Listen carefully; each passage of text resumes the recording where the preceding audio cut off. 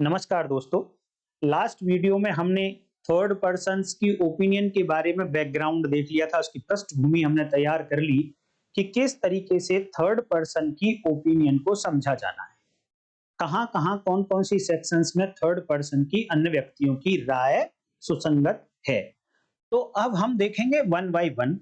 ये टोटल मिलाकर 7 सेक्शंस हैं, जो सेक्शन 39 से शुरू होती हैं और सेक्शन 45 तक जाती है। तो सेक्शन 39 को आज देखेंगे हम। सब सेक्शन 1 क्या कहती है। सेक्शन 39 का हेडिंग है ओपिनियन ऑफ एक्सपर्ट। जो विशेषज्ञ होंगे उनकी राय के बारे में यहां पर बात की गई है। जैसा कि सब चैप्टर के बारे में हम ऑलरेडी पढ़ चुके हैं, opinions of third person when relevant. सब चैप्टर की बात करते हैं तो पर्सन वर्ड यूज हुआ है, व्यक्ति वर्ड यूज हुआ है, लेकिन जब 39 की बात करते हैं तो वहां पर opinion of expert word use हुआ है। तो जब जब एक्सपर्ट की बात आएगी तो हमारे पास केवल और केवल एक ही सेक्शन है। पहले 2 सेक्शन हुआ करती थी, 45 एंड 45 कैपिटल ए, बट अब आज की डेट में केवल एक ही सेक्शन है जो ओपिनियन ऑफ एक्सपर्ट की बात करती है, और वो है सेक्शन 39। हालांकि इसी के अंदर 2 सबसेक्शन हैं तो 2 पार्ट हो जाते हैं। पहले देखते हैं हम सबसेक्शन 1 क्या कहते हैं। When the court has to form an opinion upon a point, तो सबसे पहली बात कि सेक्शन 39 या एक्सपर्ट की ओपिनियन पिक्चर में कब आएगी, क्योंकि सेंटेंस शुरू होता है व्हेन से। ये कंडीशन है एक कि अगर ये पहली कंडीशन पूरी नहीं होती है तो एक्सपर्ट की ओपिनियन के बारे में क्वेश्चन आएगा ही नहीं। तो सबसे पहली बात कि कोर्ट को एक अपनी राय बनानी है। Court has to form an opinion, अपनी राय बनानी है कोर्ट को, लेकिन किस पॉइंट पर बनानी है।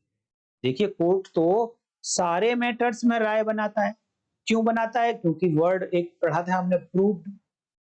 हर मैटर में कुछ फैक्ट होते हैं, उन्हीं में से कुछ रिलेवेंट होते हैं, उन्हीं में से कुछ फैक्टिंग इशू होते हैं। तो हर मैटर में कोर्ट को ये अपनी ओपिनियन बनानी होती है कि क्या ये फैक्ट प्रूव हुआ या ये फैक्ट डिसप्रूव हुआ। तो इसके बारे में ओपिनियन बनाकर ही वो डिसाइड करते हैं कि हाँ, ये फैक्ट अब मैं मानता हूं प्रूव हो गया या मानता हूं ये डिसप्रूव हो गया। तो क्या ऐसी ओपिनियन बनानी है कोर्ट को सेक्शन 39 में? नहीं, कोर्ट को ऐसी ओपिनियन नहीं बनानी। कोर्ट को पर्टिकुलर पॉइंट्स पर, आज की डेट में अगर बात करें तो 6 पॉइंट्स हैं। जब पुराना लॉ था, सेक्शन 45 थी, तो केवल और केवल 5 पॉइंट्स पर ओपिनियन बनानी थी। तो छठा पॉइंट क्या ऐड हुआ मैं बताऊंगा आपको। तो एटलीस्ट तो 6 पॉइंट्स में से किसी भी एक पॉइंट पर अगर कोर्ट को अपनी ओपिनियन बनानी है, देन सेक्शन 39 कहती है कि उस पॉइंट, उस फील्ड में जो पर्सन एक्सपर्ट है, उस पर्सन की ओपिनियन को रेलेवेंट बना दिया है। यह है क्रक्स इस सेक्शन का।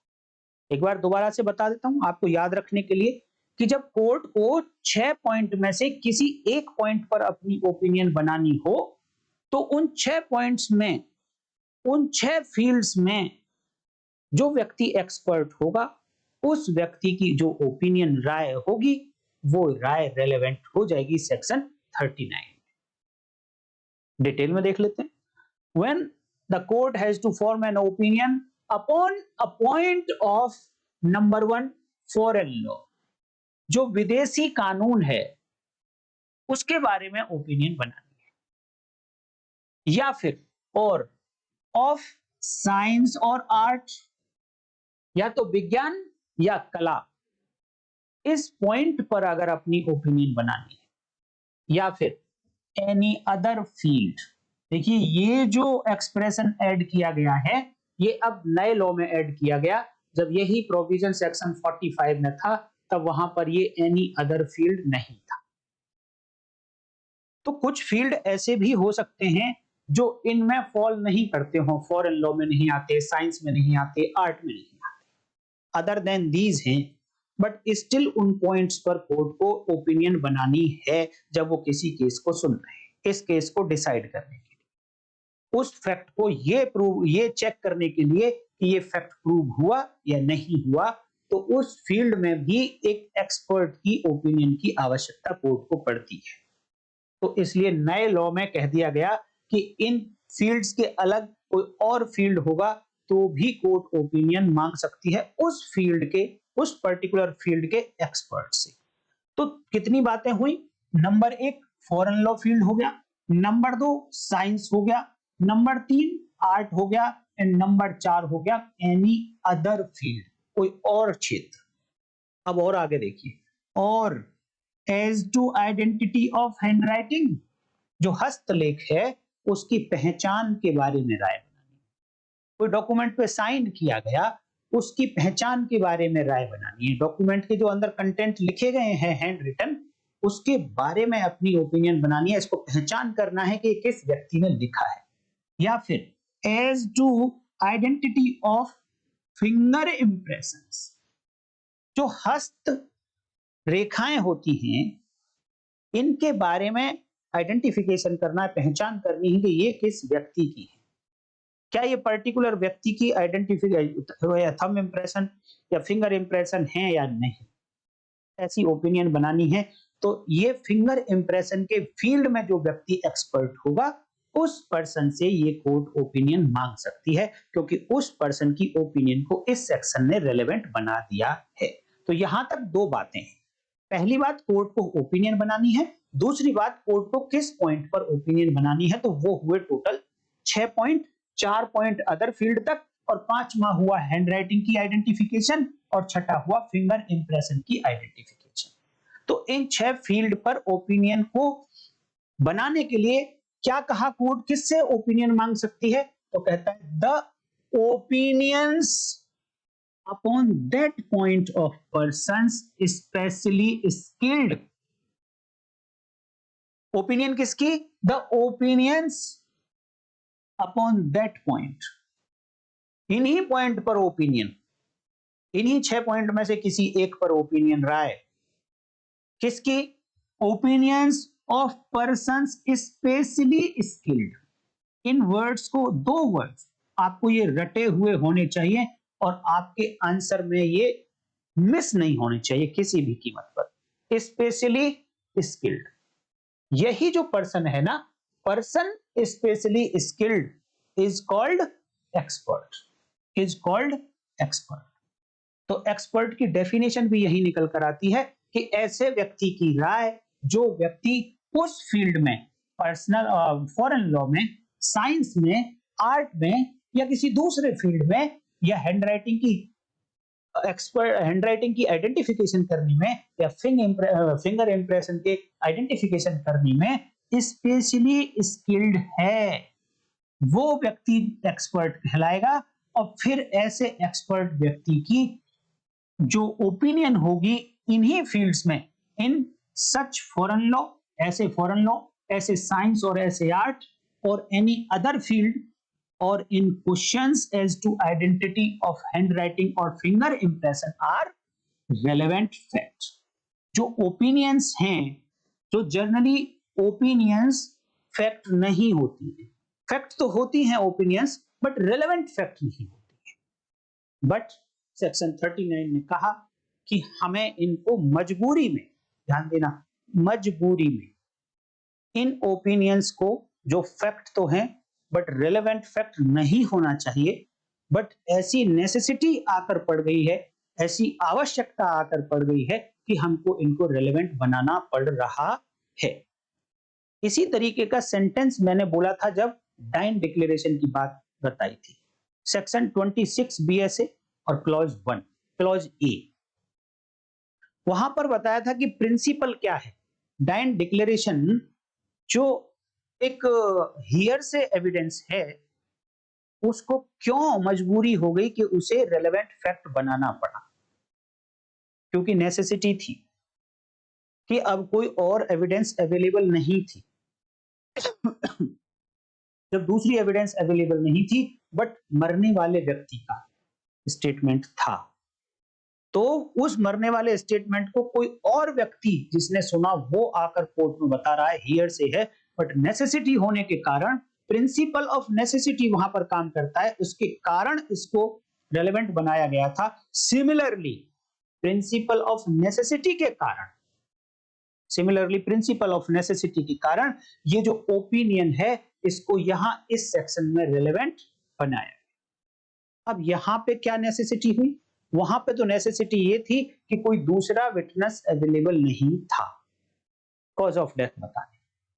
तो यहां पर ऐसी क्या नेसेसिटी आ गई, क्या मजबूरी आ गई? तो यहां पर मजबूरी है कि जिस कोर्ट को ओपिनियन बनानी है फाइनली, जिस कोर्ट को ये चेक करना है कि ये पर्टिकुलर फैक्ट जिसमें साइंस इन्वॉल्व है, क्या ये फैक्ट प्रूव हुआ या डिसप्रूव हुआ या नॉट प्रूव रह गया, ऐसी ओपिनियन कोर्ट को बनानी है। बट कोर्ट तो एक्सपर्ट है नहीं साइंस के मामले में, तो क्या ऐसे पॉइंट को सेट असाइड कर दिया जाए कि इस पर ओपिनियन ना बनाए कोर्ट के, फैक्ट प्रूव हुआ, डिसप्रूव हुआ, नॉट प्रूव हुआ? नहीं कर सकते, क्योंकि कितनी सारी जगह तो वो फैक्ट इन इशू है, उसको तो डिसाइड करना ही पड़ेगा। कितनी जगह पर वो पॉइंट, वो फैक्ट जिसमें साइंस इन्वॉल्व है, वो रेलेवेंट फैक्ट है, ओपिनियन बनानी ही पड़ेगी। तब कोर्ट की मजबूरी हो गई कि ऐसे व्यक्ति की ओपिनियन मांग लें इस पॉइंट पर जो व्यक्ति आई विटनेस नहीं है, जिसने इस फैक्ट इन इशू को होते हुए नहीं देखा है या इस रेलेवेंट फैक्ट को घटित होते हुए नहीं देखा है, बट क्योंकि ये इस फील्ड में एक्सपर्ट है तो कुछ ना कुछ एक रिलायबल ओपिनियन दे सकता है। तो क्यों ना इससे ओपिनियन मांग ली जाए। और ये कहा गया है कि कोर्ट को अपनी ओपिनियन फॉर्म करनी है, देन ऐसे पर्सन की ओपिनियन मांग सकते हो आप। अर्थात इसकी ओपिनियन को आप नहीं एकदम फुल एंड फाइनल मान रहे हैं, इसकी ओपिनियन के आधार पर अपनी ओपिनियन बनाएगी court. It means opinion on opinion. पहली बात तो ओपिनियन ही हियर से टाइप की एविडेंस, उस ओपिनियन हियर से टाइप की एविडेंस के ऊपर, on the basis of the opinion, the court has to form final opinion. It means mistake होने के पूरे पूरे chances, क्योंकि ओपिनियन क्या है? वो कुछ नहीं है, इन्फ्रेंस है, अनुमान है, based on the facts observe and communicable data. ऐसा कुछ डेटा है जिसे कम्युनिकेट किया जा सकता है और उस पर ऑब्जर्वेशन की जा सकती है, उस पर एक्सपेरिमेंट किए जा सकते हैं। एक्सपेरिमेंट करने के बाद, ऑब्जर्व करने के बाद अगर कोई व्यक्ति कुछ अनुमान लगा सकता है इन फैक्ट्स के आधार पर, इस डेटा के आधार पर, तो वो जो अनुमान है वो उस पर्सन की ओपिनियन कहलाएगी। और ये अनुमान गलत भी हो सकता है, इसलिए ओपिनियन गलत भी हो सकती है। कुछ फील्ड को छोड़ दिया जाए, जैसे डीएनए के फील्ड को छोड़ दिया, या आप फिंगर इंप्रेशन के फील्ड को छोड़ दीजिए, केवल और केवल इन दो फील्ड को आप छोड़ देंगे तो बाकी जो फील्ड बच गए, मेडिकल एविडेंस ले लो आप, फुटप्रिंट की एविडेंस ले लो आप, एक्सप्लोसिव में जो आर्म्स के रिगार्डिंग बैलिस्टिक डिवीजन की आप ओपिनियन ले लो, आप और बहुत सारी ओपिनियन देखेंगे जो सटीक नहीं होंगे। और माना भी यही जाता है कि उनमें एरर के चांसेस हैं, काफी चांसेस, इसलिए इनको वीक पीस ऑफ एविडेंस माना जाता है। वीक पीस ऑफ एविडेंस होने के बावजूद भी इनको रेलेवेंट बनाया जा रहा है। क्यों? क्योंकि मजबूरी हो गई है कोर्ट की। अगर मान लो मजबूरी ना हो कोर्ट की, किसी फैक्ट को प्रूव करने के लिए कोर्ट के पास डायरेक्ट एविडेंस है, तो क्या इस नेसेसिटी की जो प्रिंसिपल है, नेसेसिटी का प्रिंसिपल, वो एप्लीकेबल होगा? जनरली वो प्रिंसिपल एप्लीकेबल नहीं होगा। लेकिन as a rule of prudence, कि गलती ना हो जाए कहीं, जो सीरियस ऑफेंसेस होते हैं उनमें एक्सपर्ट की ओपिनियन ले लेनी चाहिए, चाहे वो कंक्लूसिव नेचर की हो या नहीं हो, बट वो कहीं ना कहीं कोर्ट को अपनी ओपिनियन फॉर्म करने में सपोर्ट करती हैं। तो मैं ये कह रहा था कि ओपिनियंस को रेलेवेंट बनाया क्यों? क्योंकि यहाँ पर प्रिंसिपल कौन सा काम करता है? अगर आपसे कोई पूछ ले कि एक्सपर्ट की ओपिनियन जो सेक्शन 39 भारतीय साक्ष्य अधिनियम, इसके पीछे का प्रिंसिपल क्या है? तो प्रिंसिपल ऑफ नेसेसिटी। और वो नेसेसिटी क्या है? क्योंकि वो कोर्ट जिसे अपनी फाइनल ओपिनियन बनानी है वो हर फील्ड में एक्सपर्ट नहीं हो सकती, इसलिए पर्टिकुलर फील्ड के एक्सपर्ट से राय लेनी पड़ सकती है पर्टिकुलर मैटर को डिसाइड करने के लिए। अब इसमें फिर आगे कहा एंड सच पर्सन्स। अब ये सच पर्सन्स कौन है भाई? जब जब सच वर्ड यूज होगा इट मींस इन पर्सन्स की पहले बात की जा चुकी है। तो ये सच पर्सन्स कौन है? Persons specially skilled, then such persons are called experts. It means the persons specially skilled are called expert. तो सेक्शन 39 में दो बातें हैं। एक बात तो एक्सपर्ट की डेफिनेशन दी गई और दूसरा बताया है कि ऐसे एक्सपर्ट की जो ओपिनियन होगी वो रेलेवेंट होगी। अब एक और बात बताइए मुझे कि यहां पर जो 6 फील्ड हैं, ये जो ऊपर मैंने अभी 6 टाइप के फील्ड्स आपको दिखाए, इनसे अलग कोई और फील्ड है सातवां। उस सातवें फील्ड में पर्सन स्पेशली स्किल्ड है, तो क्या वो पर्सन एक्सपर्ट की कैटेगरी में आएगा? क्यों पूछा मैंने ये क्वेश्चन? ये क्वेश्चन इसलिए पूछा क्योंकि एक्सपर्ट है कौन? Such person are called, such persons are called expert. और सच पर्सन्स का मतलब persons specially skilled in such foreign law, science और आर्ट और एनी अदर फील्ड और in question as to identity of handwriting and finger impressions. अर्थात ये person specially skilled तो हो बट केवल और केवल इन्हीं 6 फील्ड्स में हो। अब क्वेश्चन आएगा क्या ये एनी अदर फील्ड में क्या शामिल है जी? एनी अदर फील्ड में इट मींस सब कुछ शामिल हो गया क्या? सारे फील्ड शामिल हो गए क्या? तो इसके लिए देखिए, जब भी कोई एक लिस्ट दी गई हो, suppose A B C and या तो फिर लास्ट में एक जनरल टर्म लिखी ईटीसी या फिर लिखा और अदर्स और एनी अदर फील्ड्स, इस तरीके से अगर कोई जनरल टर्म फॉलो करती है तो इस जनरल टर्म का मीनिंग क्या होगा? इस मीनिंग को निकालने के लिए रूल ऑफ इंटरप्रिटेशन है इजस्डम जनरिस। इजस्डम जनरिस रूल यही कहता है कि अगर कुछ नाम लिखे गए, कुछ एक लिस्ट दी गई है और उसको फिर एक जनरल टर्म फॉलो करता है तो उस जनरल टर्म का मीनिंग यहां इस जनरल टर्म से पहले लिखे गए वर्ड्स, जनरल टर्म से पहले लिखे गए, नॉट आफ्टर लिखे गए। ध्यान देना आप इस बात को। तो ये जो एनी अदर फील्ड, जो ये नए एक्सप्रेशन यूज किए गए, ये कहां किए गए? फॉरेन लॉ, साइंस और आर्ट के बाद में, नॉट फिंगर इंप्रेशन के बाद में। चाहते तो यहां भी कर सकते थे फिंगर इंप्रेशन के बाद में। अर्थात इस एनी अदर फील्ड का मीनिंग अगर निकालना है तो यहां पर आइडेंटिटी ऑफ हैंडराइटिंग और फिंगर इंप्रेशन ये वर्ड काम नहीं करेंगे। काम कौन से करेंगे? इस जनरल टर्म से पहले जो वर्ड्स यूज हुए, आर्ट, साइंस, फॉरेन लॉ, इनके आधार पर इस जनरल टर्म का मीनिंग निकलेगा। और वो भी कैसे निकलेगा? पहले आपको चेक करना है कि ये जनरल टर्म से पहले जो वर्ड्स यूज हुए, नंबर एक बात, एटलीस्ट 3 वर्ड होने चाहिए। दूसरी बात, पहली कंडीशन एटलीस्ट 3 होने चाहिए। क्यों होने चाहिए 3 ये भी बताता हूं। दूसरी कंडीशन कि ये 3 वर्ड्स, इन तीनों में कोई ना कोई एक क्लास बनती हो, एक पर्टिकुलर क्लास बनाई जा सकती हो 3 से। ऐसा ना हो कि ये 3 वर्ड्स तो हैं बट इनको मिलाकर आप जब भी आप देखेंगे तो इनसे कोई पर्टिकुलर क्लास नहीं बनती। जैसे कि मैं एक लिख देता हूं कार, हवाई जहाज और टीवी, या फिर मैं लिख देता हूं कार, पानी का जहाज और कुर्सी एंड अदर्स। तो यहां पर जो एंड अदर्स है इसका मीनिंग कौन बताएंगे?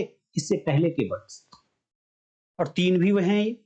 लेकिन क्वेश्चन ये है कि क्या ये 3 वर्ड कोई क्लास फॉर्म करते हैं? क्या कुछ कॉमन है क्या तीनों में? अगर कॉमन है तो उसी कॉमन फील्ड का मीनिंग निकलेगा उस अदर का। जो कॉमन नहीं है उससे कोई मीनिंग नहीं निकलेगा। अगर ये ए बी सी कोई क्लास फॉर्म नहीं करते हैं तो इस अदर में फिर सब कुछ शामिल है, फिर सब कुछ शामिल है भैया। फिर इनके आधार पर यहां मीनिंग नहीं निकलेगा अदर्स का, क्योंकि ये कोई क्लास ही नहीं बनाते। अगर क्लास बनाते हैं तो फिर इस अदर्स का मीनिंग सब कुछ नहीं होगा, फिर वही पर्टिकुलर क्लास होगी जो क्लास इन तीन से बनती है।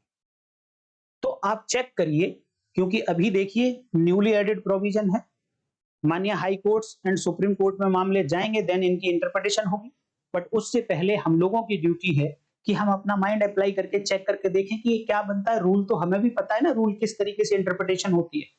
तो जैसे ही ये जनरल टर्म आया एनी अदर, तो चेक करना है इससे पहले है फॉरेन लॉ, लॉ है, साइंस है, आर्ट है।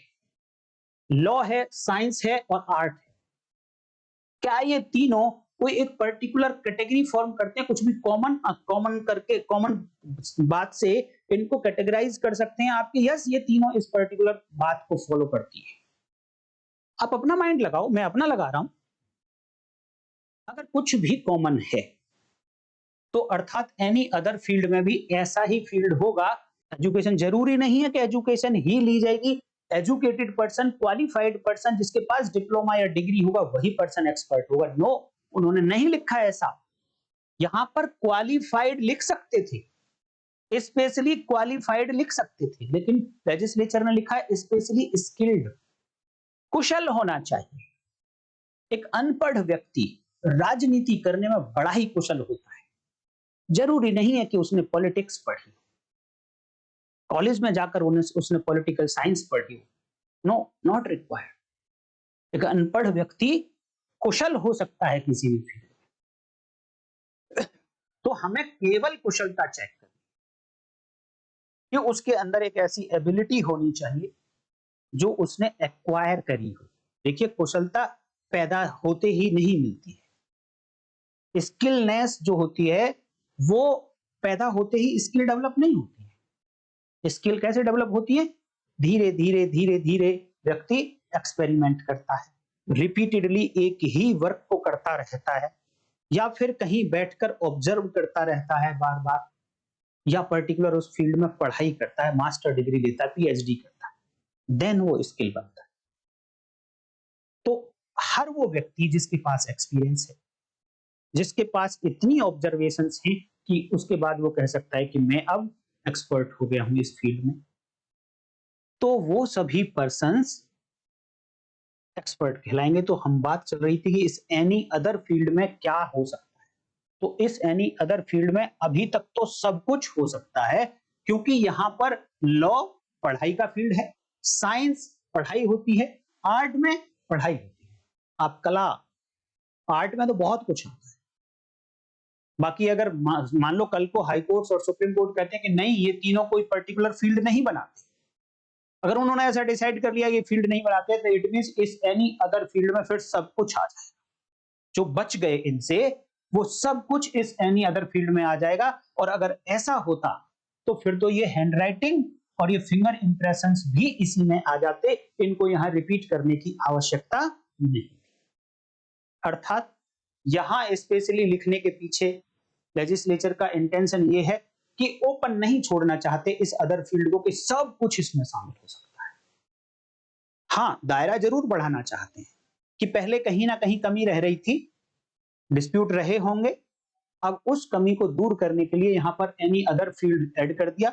इवन देन लगाम लेजिस्लेचर अपने हाथ में रखना चाहता है या जुडिशरी के हाथ में देना चाहता है कि आप इंटरप्रेट कर लो, हम इसको ओपन फिर भी नहीं छोड़ रहे हैं, क्योंकि इसके बाद में ये वर्ड्स लिखे गए। अगर इनको भी इसमें शामिल कर देते, अगर ओपन छोड़ देते हैं, तो फिर तो ऑटोमेटिक ही इसमें शामिल हो जाते हैं और फिर ये भी लिखने की आवश्यकता नहीं थी। लॉ, साइंस, आर्ट सिंपल लिख देते, at any point of any field. It means कहीं ना कहीं लिमिट तो यहां पर लगाई जा रही है।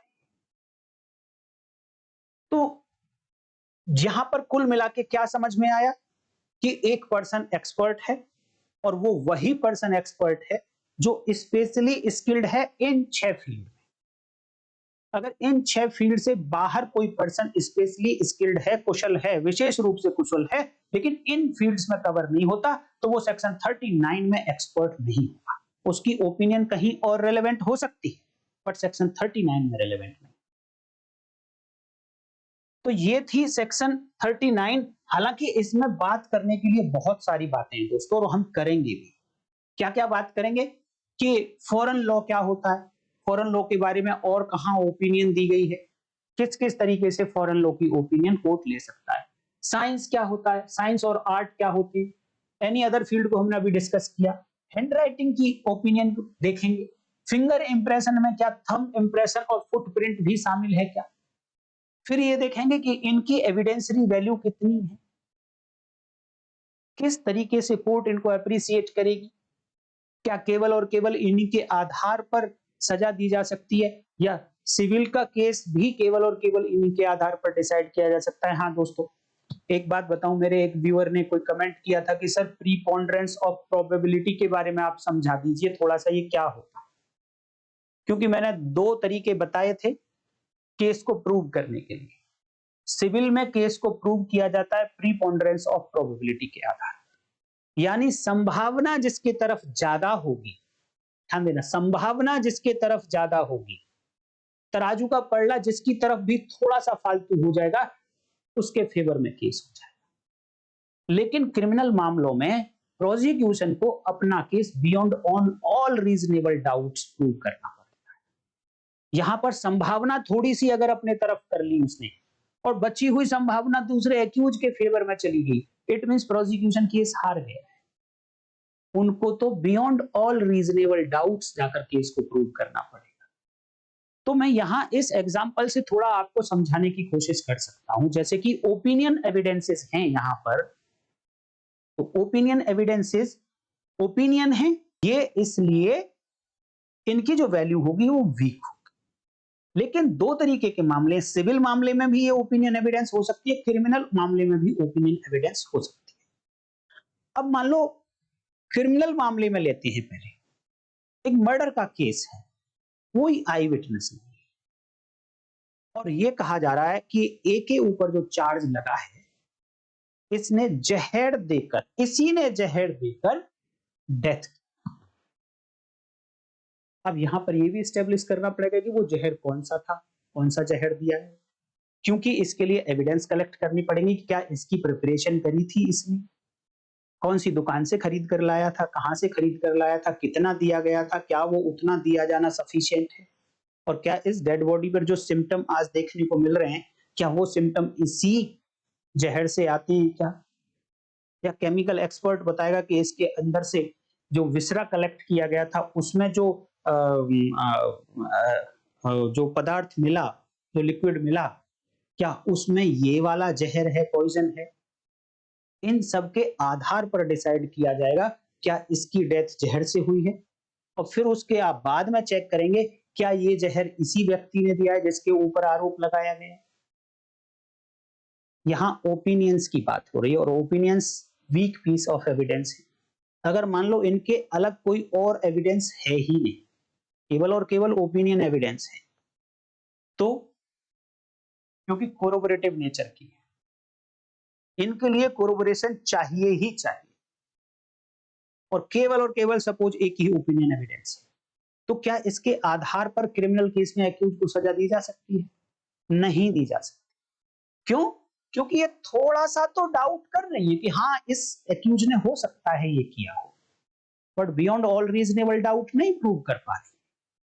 इसलिए क्रिमिनल केस में इनकी जो वैल्यू है वो केवल और केवल कोरोबोरेटिव नेचर की, और केवल कोरोबोरेटिव नेचर होने के नाते केवल और केवल इसी ओपिनियन एविडेंस के बेस पर सजा नहीं की जा सकती। उधर सिविल केस में नहीं, सिविल केस में क्या करना है, थोड़ा सा पलड़ा जिसकी तरफ भारी उसी के फेवर पे डिसीजन, प्रीपोंडरेंस ऑफ प्रोबेबिलिटी। तो ये जो एक्सपर्ट ओपिनियन है ये थोड़ा सा तो पलड़ा भारी कर ही देती है। तो सिविल केसेस में अगर ओपिनियन किसी पार्टी को फेवर करती है, एक्सपर्ट की ओपिनियन, तो केस उसके फेवर में जा सकता है, जबकि क्रिमिनल केस में नहीं जा सकता। क्यों जा सकता है सिविल में? क्योंकि वहां पर प्रीपोंडरेंस ऑफ प्रोबेबिलिटी कि कितनी संभावना है और यह संभावना किधर जाता है, संभावना पर काम करते हैं। प्रोबेबिलिटी, प्रायिकता कितनी, किधर की ज्यादा है, उसके आधार पर डिसीजन लिया जाता है। तो अभी मैं आपको कुछ इलस्ट्रेशंस यहां पर जो दिए गए उन इलस्ट्रेशंस को दिखाना चाहता हूं। इलस्ट्रेशंस के माध्यम से आपको ना एक बहुत अच्छी बातें आपको बताना चाहूंगा कि एक एविडेंस होती है ओपिनियन एविडेंस जो हम पढ़ रहे हैं, एक एविडेंस होती है फैक्ट की एविडेंस, अर्थात एक विटनेस होगा जो ओपिनियन बताएगा कोर्ट में आकर। जैसा कि मैंने बताया था सेक्शन 55 भारतीय साक्ष्य अधिनियम में जो लास्ट पार्ट आप देखेंगे, मेरे विचार से उसके अंदर 4 क्लॉजेज हैं, तो उनमें जो 4th क्लॉज आप देखोगे, लास्ट क्लॉज, वो ये कहती है कि अगर कोई विटनेस है जो अपनी ओपिनियन, जिसकी ओपिनियन रेलेवेंट है, तो कोर्ट में वही व्यक्ति आएगा जिसने ओपिनियन बनाई। डायरेक्ट होती है एविडेंस, जिसने ओपिनियन बनाई वही व्यक्ति आएगा। तो ये है ओपिनियन की एविडेंस, ये है ओपिनियन का विटनेस। तो एक्सपर्ट कौन है? Witness of opinion. लेकिन एक होता है विटनेस ऑफ फैक्ट, तथ्य का विटनेस। तथ्य का विटनेस मतलब तथ्य कब बनता है? जब वो किसी इंद्री से महसूस कर लिया जाए। इंद्री से महसूस करने का मतलब 5 इंद्रियां होती हैं हमारे शरीर में, 5 सेंसेस में से किसी भी सेंसेस से अगर परसीव कर लिया गया किसी भी बात को, देन वो फैक्ट बन जाएगी। अब उसका विटनेस कौन होगा? जिसने परसीव किया अपनी आंखों से। तो इसको थोड़ा सा डिफरेंशिएट करके मैं दिखाऊंगा जब आपको ये 3 इलस्ट्रेशंस हैं यहां पर, इन तीनों इलस्ट्रेशंस को एक बार दिखा देता हूं। पहला इलस्ट्रेशन क्या कहता है? देखिए, the question is whether the death of A was caused by poison. Question क्या है कोर्ट के सामने? फैक्ट इन इशू क्या है? कोर्ट के सामने क्वेश्चन है कि जो ए की डेथ हुई है, क्या वो जहर से हुई है, विष से हुई है? ये क्वेश्चन है कोर्ट के सामने और इसके ऊपर फाइनल ओपिनियन अपनी कोर्ट को बनानी है कि हां या ना, कि ए की जो डेथ हुई वो विष से हुई या नहीं। तो यहां पर द ओपिनियंस ऑफ एक्सपर्ट्स, किसके, कौन से experts? As to the symptoms produced by the poison by which A is supposed to have died are relevant. पहली बात तो what is relevant? Opinions are relevant, opinions of expert. और expert किसके बारे में? ध्यान देना, थोड़ी सी अटेंशन। एक्सपर्ट किसके बारे में? The symptoms produced by the poison. By the poison का मतलब ये वाला पॉइजन, जिस पॉइजन से एक ही डेथ होना बताई जा रही है, उस पॉइजन के जो लक्षण होते हैं उनके बारे में जो एक्सपर्ट ओपिनियन दे सकता है, वो पर्सन, ऐसे पर्सन की, ऐसे एक्सपर्ट की ओपिनियन रेलेवेंट होगी। ध्यान से सुनना, ऐसे पॉइजन के सिम्टम्स के बारे में ओपिनियन देगा आकर आदमी, कोई भी व्यक्ति हो सकता है। और पॉइजन के बारे में, मान लो सांप का काटा हुआ कोई व्यक्ति है, सांप से कटवाया गया, मान लो कोबरा से कटवा दिया गया किसी व्यक्ति को और उसकी डेथ कर दी। अब क्वेश्चन ये है कोर्ट के सामने कि क्या ये जहर से मारा गया है व्यक्ति, और वो जहर किसका है? तो पुलिस यहां पर हेल्प ले लेती है सपोज किसी सपेरे की, जो बिल्कुल कभी भी स्कूल नहीं गया, बिल्कुल लिखना नहीं जानता, बिल्कुल पढ़ना नहीं जानता, लेकिन पूरा का पूरा जीवन सांपों को पकड़ने में, उसके दांत उखाड़ने में गया है, सांप के खेल दिखाने में गया है। और उसने ये भी देखा है कि बहुत सारे लोग सांप ने खाए तो किस तरीके से उनके बॉडी में सिम्टम्स आते थे। अब वो बॉडी, ध्यान देना, वो बॉडी इस एक्सपर्ट ने नहीं देखी। एक सिचुएशन दे रहा हूं आपको मैं कि वो बॉडी एक्सपर्ट ने नहीं देखी। उसको बताया गया कि जब बॉडी थी तो उसकी बॉडी में क्या क्या सिम्टम थे, चाहे उसकी वीडियो बनाई, चाहे उसके फोटोग्राफ लिए गए, चाहे उन सिम्टम्स को कागज पर नोट करके उसको बताया गया। तो अब ये ओपिनियन दे रहा है सिम्टम्स के बारे में कि ऐसे सिम्टम्स जहर से ही आते हैं और इस जहर से आते हैं। पहली बात तो जहर से मरने पर सिम्टम अलग होंगे डेड बॉडी, गला दबाकर मारने पर वो सिम्पटम बिल्कुल नहीं आएंगे, गोली से मारने पर वो सिम्पटम्स नहीं आएंगे, पानी से डूबने पर वो सिम्पटम्स नहीं आएंगे। तो पहली बात तो विष से मरने पर सिम्पटम पर्टिकुलर होंगे और पर्टिकुलर जहर के सिम्पटम्स पर्टिकुलर होंगे। ये कौन जान सकता है? जो हमेशा ही जहर में रहा है, सपेरा। इसके लिए केमिकल एक्सपर्ट भी हो सकता है। बट मैं बताना चाह रहा हूं कि एक्सपर्ट के लिए कभी भी ये आवश्यक नहीं है कि उसे कोई कॉलेज जाना जरूरी है, डिप्लोमा लेना जरूरी है, डिग्री लेनी जरूरी है। इसीलिए यहां पर वर्ड यूज किए गए थे स्पेशली स्किल्ड। ये दो वर्ड्स आपको रट के रखना है, पर्सन स्पेशली स्किल्ड। अब पर्सन स्पेशली स्किल्ड कैसे होता है? ये एक्सपेरिमेंट से हुआ है, एक्सपीरियंस से हुआ है। जो उसका अनुभव है 25 से 30 साल का पूरा जीवन उसने अब सांपों में निकाला, उस अनुभव से हुआ है, तो व्यक्ति एक्सपर्ट की कैटेगरी में आ जाए। एक पंचर लगाने वाला व्यक्ति टायर के बारे में एक्सपर्ट हो सकता है। मान लो किसी प्लेस ऑफ अकरेंस पर गाड़ी के स्किड मार्क्स मिले, गाड़ी के ब्रेक लगे थे बहुत तेजी से, स्किड मार्क्स वहां पर मिल गए। वो स्किड मार्क्स की चौड़ाई, स्किड मार्क्स को उसने उठाकर देखा, वहां पर जो टायर के जो कण मिले थे वो, उनको देखने के बाद उसने बताया कि ये तो जिस गाड़ी का पहिया है वो गाड़ी ये हो सकती है। तो ये क्या बता रहा है? वो अपने अनुभव से बता रहा है। बट मैंने कल भी बताया था, मैं आज फिर बता देता हूं कि कोई भी ओपिनियन जब कोई व्यक्ति देगा तो उसके पीछे के आधार क्या है, उसके ग्राउंड्स क्या हैं, वो भी साथ में बताने पड़ेंगे। अदरवाइज बिना ग्राउंड्स के कोई ओपिनियन नहीं होती है। तो मैं बताना ये चाह रहा था कि यहां पर जो एक्सपर्ट है, जो जहर के सिम्टम के बारे में अपनी एविडेंस दे रहा है, वो क्या एविडेंस दे रहा है यहां पर, क्या ओपिनियन दे रहा है यहां पर? वो ये कह रहा है कि ऐसे सिम्टम्स तो उस पर्टिकुलर जहर से आते हैं, या ऐसे सिम्टम तो व्यक्ति में तब आते हैं जब वो कोबरा सांप ने खाया हो। ये ओपिनियन दे रहा है। वो ये नहीं कह सकता कि इस व्यक्ति को ए को कोबरा सांप ने ही खाया है, नहीं कह सकता। उसे नहीं पता। इसे कौन बता सकता है कोबरा सांप ने खाया है? ये कैसा फैक्ट है? सांप जब खाएगा तो इसे देखा जा सकता है। या तो वो व्यक्ति जिसको कोबरा ने खाया वो बता दे कि मुझे कोबरा सांप ने खाया है, मुझे सांप ने खाया, या किसी व्यक्ति ने देखा खाते हुए वो बता दे। अदरवाइज तो ये जो एक्सपर्ट है वो क्या बताएगा? देखिए यहां पर जो लिखा हुआ है दोस्तों वो सबको समझ में आ जाता है, लेकिन यहां पर जो नहीं लिखा हुआ है वो ये है कि क्या रेलेवेंट नहीं होगा।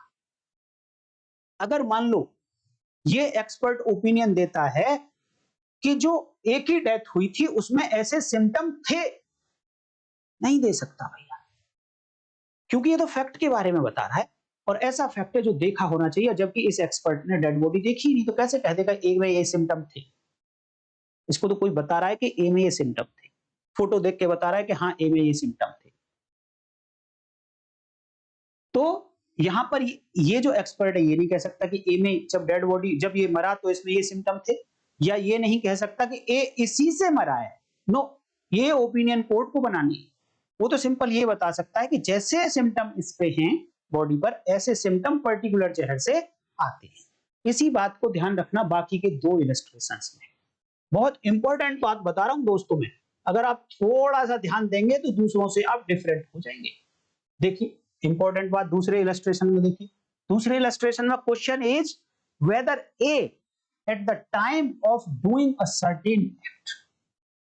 एक व्यक्ति ए है, इसको हमें इसकी मेंटल कंडीशन चेक करनी है। At the time of doing a certain act was by reasons of unsoundness of mind incapable of knowing the nature of the act. ये ए क्या है? ए was incapable of knowing the nature of the act। जो act उसने किया ए ने, उस act का nature और उस एक्ट से आने वाले परिणाम को जानने में असमर्थ था, अयोग्य था, इनकैपेबल था। यह क्वेश्चन है कोर्ट के सामने। लेकिन कब कब अयोग्य था? जब वो एक्ट उसने किया। जब एक्ट उसने किया उसी समय पर उस एक्ट की प्रकृति, उस एक्ट के परिणाम जानने में अयोग्य था। और क्यों था अयोग्य? By reason of unsoundness of mind. जो मस्तिष्क की परिपक्वता थी वो नहीं थी। मस्तिष्क अपरिपक्व था, माइंड अनसाउंड था। इस कारण से वो व्यक्ति जिसने जो भी एक्ट किया है ए ने, इस एक्ट का वो नेचर नहीं जान सकता था, ना ही उसके परिणाम जान सकता था। और वो ये भी नहीं जान पा रहा था that he was doing what was either wrong और कंट्रेरी टू लॉ। उसे ये भी नहीं पता चल रहा था कि जो उसने किया वो गलत है या लॉ के विपरीत है, लॉ के विरुद्ध है, न्याय के विरुद्ध, वो कानून के विरुद्ध है। क्यों नहीं जान पा रहा है इन बातों को वो? क्योंकि उसका माइंड अनसाउंड था। कब? जब उसने कोई एक सर्टेन एक्ट किया, पर्टिकुलर एक्ट किया। ये बात जाननी है कोर्ट को कि क्या इस समय पर यह व्यक्ति अनसाउंड माइंड का था इस पर्टिकुलर एक्ट को करते समय। ये बात जाननी है कोर्ट को। तो अब इसके बारे में एक्सपर्ट की ओपिनियन लेगा। और ध्यान से सुनना आपने, यहां पर है the opinions of experts. Opinions of experts are relevant. लेकिन ओपिनियंस के एक्सपर्ट किस बात पर? Upon the questions, upon the question. ये जो पॉइंट है ना कि किस बात पर ओपिनियन की, एक्सपर्ट की ओपिनियन है, जैसा कि मैंने पिछले में बताया, इस बात की ओपिनियन कि ऐसे ही सिम्टम तो ऐसे वाले जहर से आते हैं, नॉट कि ए को पर्टिकुलर यही जहर दिया गया है ना। ओपिनियन किस पॉइंट पर? कि इस तरीके के सिम्टम ऐसे जहर से आते हैं। ध्यान देना यहां पर किस टाइप की opinion. Upon the question whether the symptoms exhibited by A, जो लक्षण ए में दिखाई दे रहे थे, commonly show unsoundness of mind. ऐसे लक्षण सामान्यतया उसी व्यक्ति में दिखाई देते हैं, या फिर जो व्यक्ति अनसाउंड माइंड के होते हैं, सामान्यतया ऐसे लक्षण उन व्यक्तियों में दिखाई देते हैं। इस पॉइंट पर ओपिनियन दे रहा है, ना कि वो ये ओपिनियन दे रहा है कि ए के अंदर ये सिम्टम थे। नो, सिम्टम तो उसको बताए गए कि भैया ऐसा ऐसा बिहेव कर रहा था, तो अब आप बताओ क्या ये व्यक्ति अनसाउंड माइंड का हो सकता है?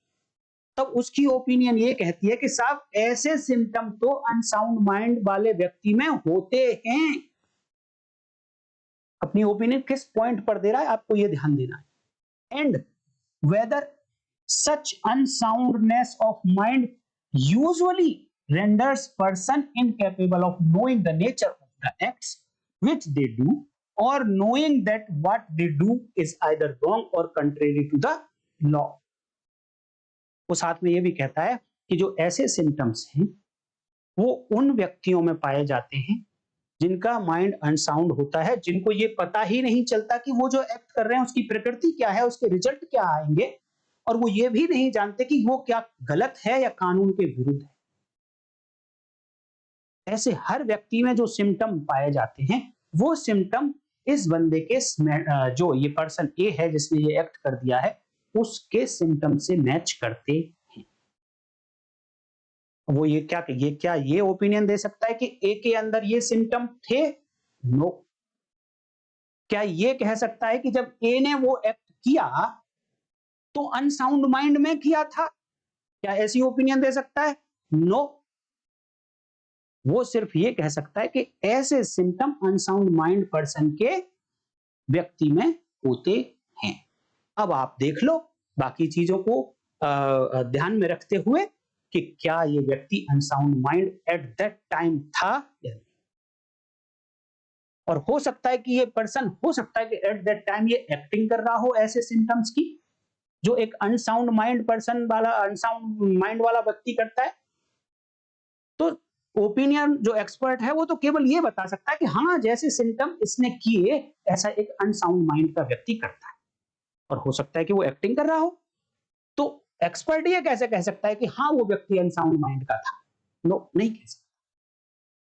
सिमिलरली नेक्स्ट देखिए लास्ट इलस्ट्रेशन, ये कहता है द क्वेश्चन इज, प्रश्न क्या है कोर्ट के सामने, whether a certain document was written by A, कोई एक डॉक्यूमेंट है कोर्ट के सामने और क्वेश्चन ये है क्या ये डॉक्यूमेंट ए ने लिखा है, क्वेश्चन ये है। तो अब इसमें एक्सपर्ट की ओपिनियन, किस एक्सपर्ट की ओपिनियन हो सकती है और किस पॉइंट पर हो सकती है। देखिए एक्सपर्ट की ओपिनियन हो सकती है, कौन से की हो सकती है सब बता सकते हैं, लेकिन किस पॉइंट पर हो सकती है उसे मेरे व्यूअर बता सकते हैं। आपको इसलिए ध्यान से सुनना है इस बात को, किस पॉइंट पर हो सकती है और किस पॉइंट पर नहीं हो सकती है, दोनों को आपने ध्यान रखना है। तो क्वेश्चन यह है कि पर्टिकुलर डॉक्यूमेंट पर जो हैंडराइटिंग है, क्या वो ए ने लिखा है, वो डॉक्यूमेंट, वो हैंडराइटिंग ए की है। तो अनदर डॉक्यूमेंट क्या है, अनदर डॉक्यूमेंट इज प्रोड्यूस्ड, एक दूसरा डॉक्यूमेंट लाया जाता है, विच इज प्रूव्ड, जो बिल्कुल ऑलरेडी प्रूव्ड हो चुका है, या फिर admitted to have been written by A, या तो वो प्रूव हो चुका है कि it has been written by A, या फिर ए ने एडमिट कर लिया है कि it is written by me. It means ये प्रूव हो गया है। एक कोई और डॉक्यूमेंट है जो क्वेश्चन में है, डॉक्यूमेंट वो नहीं है, ये अनदर डॉक्यूमेंट है, दूसरा डॉक्यूमेंट है, वो प्रूव्ड है, वो एडमिटेड है कि हाँ ए ने ही वो लिखा है। अर्थात अब आपके पास एक डॉक्यूमेंट ऐसा है जो क्वेश्चन में है, जिसके बारे में पता नहीं कि वो किसने लिखा है, एक दूसरा डॉक्यूमेंट है जिसके बारे में कोई डाउट नहीं है कि वो ए ने ही लिखा है, अर्थात वो ए ने ही लिखा है। अब यहां पर दो डॉक्यूमेंट है, तो यहां पर ओपिनियन देखिए किसकी आ रही है, एक्सपर्ट की ओपिनियन लेनी है। The opinions of experts on the question whether the two documents were written by the same person और by the different person. Opinion किस पॉइंट पर आ रही है ये, और उसी के आधार पर हम बताएंगे कि किस पॉइंट पर नहीं आ सकती। तो यहां पर एक्सपर्ट की ओपिनियन ये है कि ये जो दो डॉक्यूमेंट हैं, अब थोड़ी देर के लिए एक्सपर्ट को तो वो व्यक्ति भूलना पड़ेगा कि किस पर आरोप है, उसे छोड़ना पड़ेगा। अब उसके सामने, एक्सपर्ट के सामने केवल दो डॉक्यूमेंट हैं, एक ऑलरेडी प्रूव्ड है कि ये किसने लिखा है। अब एक्सपर्ट को तो एक्चुअली ये भी नहीं पता होना चाहिए कि ये जो प्रूव्ड डॉक्यूमेंट है ये किसने लिखा है, बस उसके पास दो डॉक्यूमेंट भेजे जाने चाहिए, कहा जाएगा कि एक ये डॉक्यूमेंट है और एक दूसरा डॉक्यूमेंट है। आपने ये बताना है क्या दोनों डॉक्यूमेंट सेम पर्सन ने लिखे हैं या दोनों डॉक्यूमेंट डिफरेंट पर्सन ने लिखे हैं। एक्सपर्ट किस पॉइंट पर राय दे रहा है कि पहले वाला डॉक्यूमेंट उसी व्यक्ति ने लिखा है जिस व्यक्ति ने दूसरा डॉक्यूमेंट लिखा है। क्या वो एक्सपर्ट ये कह सकता है कि वो डॉक्यूमेंट जिस पर राय बनानी है कोर्ट को, वो डॉक्यूमेंट ए ने लिखा है? जवाब दो आप, हाँ या ना। दे सकता है या नहीं दे सकता? और दे सकता है तो क्यों दे सकता है, नहीं दे सकता तो क्यों नहीं दे सकता? क्योंकि मैं ऑलरेडी दो इलस्ट्रेशंस में ये बात बता चुका हूं। तो अब आपसे इतना तो मैं उम्मीद करता हूं कि इसका जवाब आप जरूर देंगे। तो ये है दोस्तों सेक्शन 39 एंड सब सेक्शन 1। चलो लगे हाथों अब सब सेक्शन इसको भी देख लेते हैं कि सब सेक्शन 2 क्या कहती है। सब सेक्शन 2 बात करती है when in a proceeding। अब देखिए यहां पर केवल प्रोसीडिंग वर्ड यूज हुआ, इन अ प्रोसीडिंग, ये सिविल भी हो सकती है, क्रिमिनल भी हो सकती है। The court has to form an opinion on any matter, any matter यानी कुछ भी विषय हो सकता है, उस विषय पर कोर्ट को अपनी ओपिनियन बनानी है। बट ये मैटर को एक्सप्लेन किया आगे कि ये मैटर है कैसा, और ओपन नहीं छोड़ दिया। any matter relating to any information transmitted or stored in a computer resource or any other electronic or digital form। ये जो मैटर है ये कैसा है? ये मैटर ऐसे इंफॉर्मेशन से संबंधित है, ऐसी सूचना से संबंधित है, या तो जिसको प्रसारित किया गया है, ट्रांसमिट किया गया है, या स्टोर किया गया है। कहां? In any computer resource. इस कंप्यूटर रिसोर्स की अगर आप डेफिनेशन देखना चाहते हैं तो इंफॉर्मेशन टेक्नोलॉजी एक्ट 2000 में मिलेगी। इस इंफॉर्मेशन इस कंप्यूटर रिसोर्स में या तो ट्रांसमिट किया गया था या स्टोर किया गया है या किसी दूसरे इलेक्ट्रॉनिक डिवाइस में स्टोर किया गया है, किसी दूसरे डिजिटल डिवाइस में डिजिटल फॉर्म में स्टोर किया गया है, ऐसा मैटर है। इट मींस कहीं ना कहीं इलेक्ट्रॉनिक या डिजिटल फॉर्म में ये इंफॉर्मेशन है। ऐसी इंफॉर्मेशन के बारे में कोर्ट को ओपिनियन बनानी है। तो the opinion of examiner of electronic evidence, opinion of the examiner of electronic evidence. देखिए लास्ट वाले जो इलस्ट्रेशंस बताए थे उनमें एक्सपर्ट का नाम नहीं बताया, कौन एक्सपर्ट, लेकिन यहां पर ओपिनियन ऑफ पर्टिकुलर एक्सपर्ट का नाम दिया गया है। और अब जब नाम दे दिया है तो अब आपके सामने क्वेश्चन आना चाहिए कि भाई ये एक्सपर्ट की ये जो नाम दिया गया इसकी डेफिनेशन क्या है, कौन कौन व्यक्ति इस एग्जामिनर ऑफ इलेक्ट्रॉनिक एविडेंस में आएंगे, यानी जो व्यक्ति इलेक्ट्रॉनिक साक्ष्य का एग्जामिनेशन कर सकते हो उन व्यक्तियों की ओपिनियन। और ये व्यक्ति कहां मिलेंगे देखने को, referred to in section 79 capital A of information technology act 2000। Simple कह दिया कि इंफॉर्मेशन टेक्नोलॉजी एक्ट 2000 की सेक्शन 79 कैपिटल ए में जो एग्जामिनर ऑफ इलेक्ट्रॉनिक एविडेंस वहां पर बताया गया, जो ये एक्सपर्ट बताया गया, इसकी ओपिनियन को कोर्ट रेलेवेंट मान लेगी। लेकिन कब, किस मैटर के रिगार्डिंग, इलेक्ट्रॉनिक रिकॉर्ड के रिगार्डिंग, डिजिटल रिकॉर्ड के रिगार्डिंग। अब यहां पर किस पॉइंट पर होगी वो इंफॉर्मेशन, वो बातें यहां पर साइलेंट है। जैसा कि आपने हर इलस्ट्रेशन में ऊपर देखा कि उसने क्या वो ओपिनियन दे सकता था, क्या ओपिनियन नहीं दे सकता था, दोनों बातें रिफ्लेक्ट हो रही थी। लेकिन सब सेक्शन 2 में ये जो सेक्शन 45 कैपिटल ए होती थी पहले वो वाली है, तो यहां पर किस पॉइंट पर देगा, किसके बारे में देगा वो तो हो गया, लेकिन क्या देगा क्या नहीं देगा वो यहां पर साइलेंट है। तो ये हुई सेक्शन। अच्छा एक्सप्लेनेशन और लिखा है दोस्तों इसमें, for the purpose of this sub section, यानी जो एक्सप्लेनेशन है केवल और केवल सब सेक्शन 2 से रिलेटेड है।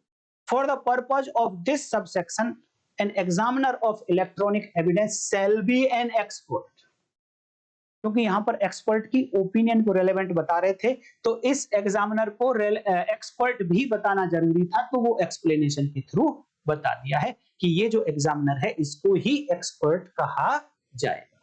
तो ये रही कुल मिलाकर सेक्शन 39 भारतीय साक्ष्य अधिनियम करस्पॉन्डिंग टू सेक्शन 45। इसके बारे में डिटेल्ड चर्चा करेंगे दोस्तों, डिटेल्ड चर्चा करेंगे कि कौन कौन पर्सन्स हैं यहां पर एक्सपर्ट हो सकते हैं, किस पॉइंट पर वो ओपिनियन दे सकते हैं, उनकी ओपिनियन की वैल्यू कितनी होगी, कोरोबोरेटिव नेचर की है, कंक्लूसिव है, सब्सटैंटिव है या नहीं है, वीक पीस ऑफ एविडेंस है या स्ट्रॉन्ग है, बहुत सारी बातें करेंगे। लेकिन नेक्स्ट वीडियो में इंपॉर्टेंट टॉपिक है, इसको इसलिए आराम से पढ़ना है और आप नोट करते जाइए, और केस लॉज भी देखेंगे अगली वीडियो में। दोस्तों वीडियो अच्छी लगी है तो लाइक कर दीजिए, हाइप कर दीजिए, और चैनल को सब्सक्राइब कर लीजिए अगर आप नए हैं तो, और चैनल को ज्वाइन भी कर लीजिए 24 घंटे के बाद भी अगर आप वीडियो देखना चाहते हैं तो। आज की वीडियो में इतना ही, फिर मिलते हैं, तब तक के लिए नमस्कार, जय हिंद।